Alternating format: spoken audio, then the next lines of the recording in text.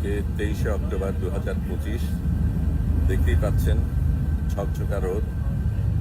আজকে আমরা ফিলিস্তিনি টাইমে এসেছি। এর সাথে আমরা যেটা জানতে পেরেছি যে ইসরায়েলের আগে সমুদ্র জেলার অন্যান্য যারা ছিল ওটা আলাদাভাবে গিয়েছিল, আমরা ভিন্নভাবে গিয়েছিলাম। তাদের সবগুলি জাহাজকে আটক করেছে। আমরা সবচাইতে বড় জাহাজ এবং আমাদের সাথে 8টা ছোট নৌকা একই সাথে পাড়ি দিয়েছিল, একটু আগে পাড়ি দিয়েছিল আমাদের। আমরা এই মুহূর্তে একমাত্র এই 9টা যানবাহন যেগুলি মুক্ত রয়েছে, সেভাবেই আমাদের পরিকল্পনা ছিল যে ওদের উপর কিছু হলেও আমরা যাতে এগিয়ে যেতে পারি।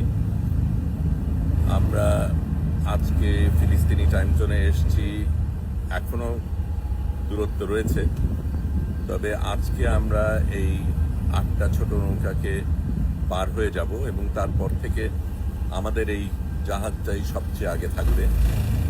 বোঝাই যাচ্ছে আক্রোশটা আমাদের উপরই পড়বে, কিন্তু আমরা একেবারেই প্রতিজ্ঞাবদ্ধ যে আমরা একেবারে গাজা পর্যন্ত যাব এবং কোনো বাধাই আমরা গ্রহণ করব না। এটা বলা প্রয়োজন যে সমুদ্র জেলার যেই নৌকাগুলি ছিল তাদের কিন্তু দায়িত্ব ছিল ত্রাণ নিয়ে যাবার। আমরা কিন্তু ত্রাণের জন্য যাচ্ছি না, ত্রাণ দেওয়ার জন্য যাচ্ছি না। আমরা একটা অবৈধ সিজকে ভাঙব সেই উদ্দেশ্য নিয়ে যাচ্ছি। এবং এখানে এই নৌকাতে অনেক সাংবাদিক রয়েছে, ডাক্তার রয়েছে, সাথে অন্য কর্মীরাও রয়েছে। কিন্তু আমরা ত্রাণ দেবার অজুহাতে যাচ্ছি তা না, আমরা লড়াই করতে যাচ্ছি, আমরা বৈধতা ধ্বংস করতে যাচ্ছি। আমরা ফিলিস্তিনে আমাদের থাকার যাবার অধিকার রয়েছে, সেখান থেকে তথ্য পাঠানোর অধিকার রয়েছে। এবং ইসরায়েল যত মানুষ খুন করেছে এবং যত সাংবাদিক এবং যত ডাক্তার খুন করেছে সেটার প্রতিবাদ আমরা জানাবো। গত রাতে মেডসেফ ফ্রন্টিয়ারের 14 জন ডাক্তারকে খুন করা হয়েছে।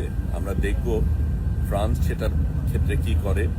এই পর্যন্ত তারা তেমন কিছু করেনি, মিষ্টি কথা বলা ছাড়া।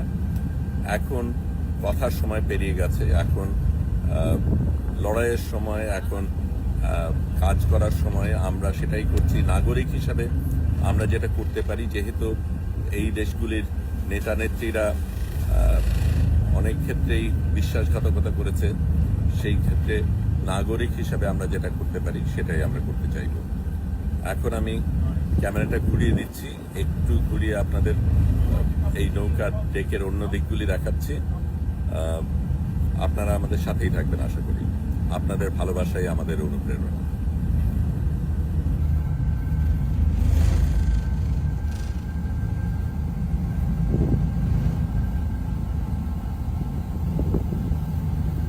সকলে এখনো ঘুম থেকে ওঠেনি। কালকে রাতে অনেক রাত পর্যন্ত আমরা সবাই জেগেছিলাম, কারণ তখন ওই মেডসেফ ফ্রন্টিয়ারের ডাক্তারদের হত্যার কথাটা মাত্র আসছিল এবং কি হবে, কি হতে পারে, আমাদের করণীয় কি, সেগুলি নিয়ে আমরা চিন্তা করছিলাম। সমুদ্র আসলেই অনেক